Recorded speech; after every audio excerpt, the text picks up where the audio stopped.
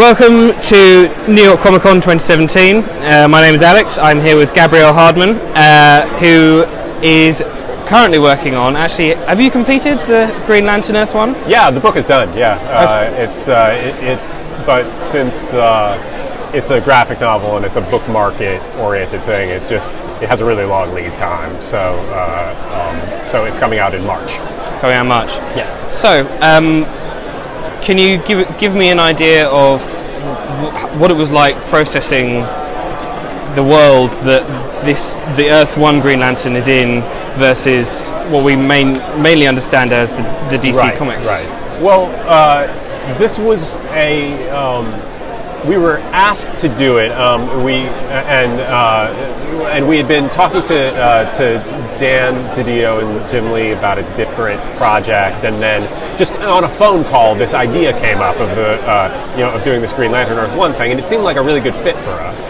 And we basically just came up with a pitch that was very sci-fi oriented, and it was taking the elements we liked about and felt were relevant to the kind of story we wanted to tell in the Green Lantern world, and just using those and kind of stripping things down in a certain way. It's a world where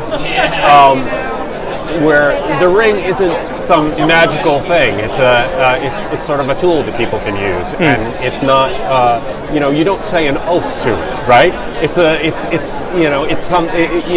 We did strip away some of the things that are that are fun, great things in the regular world of Green Lantern, but didn't necessarily serve the kind of story that we wanted to tell. Yeah. And so but that said, it starts as a small stripped down world and opens up, and as Hal Jordan goes out into the galaxy and sees how things really are, we see a lot of big worlds and crazy things, and and there's an enormous amount of scope to the story. It's not it's not this tiny little world. What kind of background? I'm aware that you have a very extensive background with regards to Inception and other sort of sci-fi related films. But yes, I was a storyboard artist on those movies. Yes. So did you look back at that work for Green Lantern Earth 1, or did you look to sci-fi films, or what was your creative process? Well, I mean, in some ways, I think that it's definitely likely that elements of working on Interstellar impacted this, just because I was involved. I was just exposed to an enormous amount of research on that. And that's a good. That's a pretty good starting point for. I mean, all that stuff is in my head anyway, and we wanted to start at a relatively, maybe a slightly near future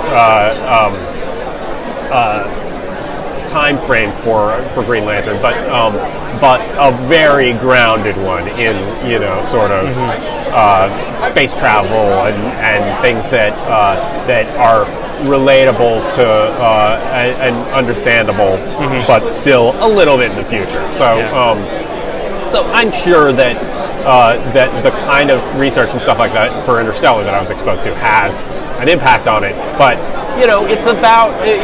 but a lot of things do, and it was a lot about the other research we did, and we like to be relatively thorough with it. And my co-author and wife, Karina Becco, has a science background, and so we a lot of that stuff comes into it. Fantastic. Do you have particular favourite sci-fi films that you always go back to? I mean, not even related to Green Lantern. Yeah. Like, can you name some? Well, I mean, it's it wouldn't really be related to it exactly anyway, because I think that the most important thing is to, if you have influences, you should have diverse influences and bring them in, instead of just the narrow world of whatever you're working on.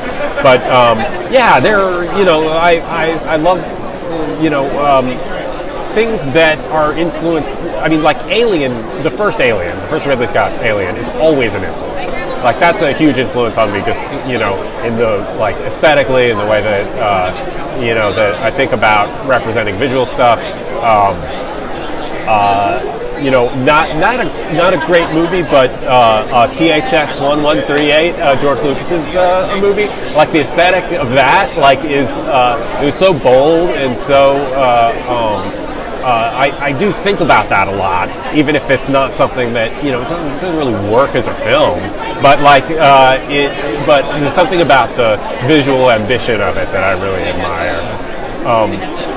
And other obvious things. But maybe it's related to Alien, but also Mario Bava's Planet of the Vampires. Would be something that I think about a lot. But I could go on and on about sci-fi films, or just films in general. Yeah. Fair enough. So, what was your relationship with Green Lantern like growing up as a kid? I read the book. I liked Green Lantern. I read.